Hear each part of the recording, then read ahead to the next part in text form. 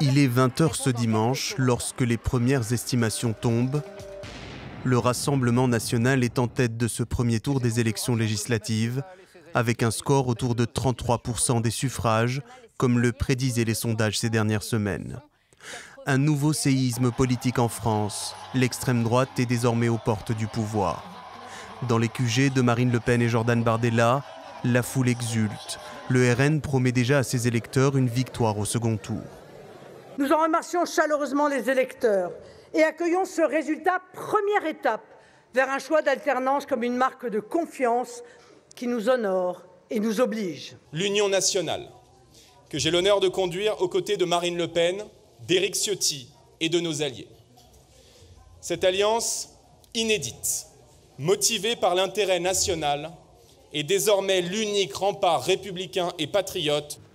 Face à l'extrême droite, le nouveau Front populaire, deuxième de ce scrutin, avec environ 28% des voix. Les caciques de l'Alliance de gauche ont pris la parole dans la foulée, appelant à faire barrage aux candidats RN dans les nombreuses triangulaires. Nulle part, nous ne permettrons au RN de l'emporter, et c'est pourquoi, dans l'hypothèse où il serait arrivé en tête, tandis que nous ne serions qu'en troisième position, nous retirerons notre candidature.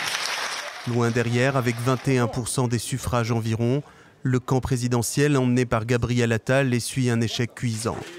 Tout comme le Front populaire, la stratégie est d'éviter une cohabitation avec l'extrême droite. Pas une voix ne doit aller au Rassemblement national. Dans plusieurs centaines de circonscriptions, nos candidats Ensemble pour la République seront présents au second tour et constitueront donc le meilleur choix pour éviter que le Rassemblement national ne dispose d'une majorité absolue. Dans d'autres circonscriptions, et je l'assume car nous avons fait ce choix dès le premier tour dans plus de 60 d'entre elles, cela passera par le désistement de nos candidats.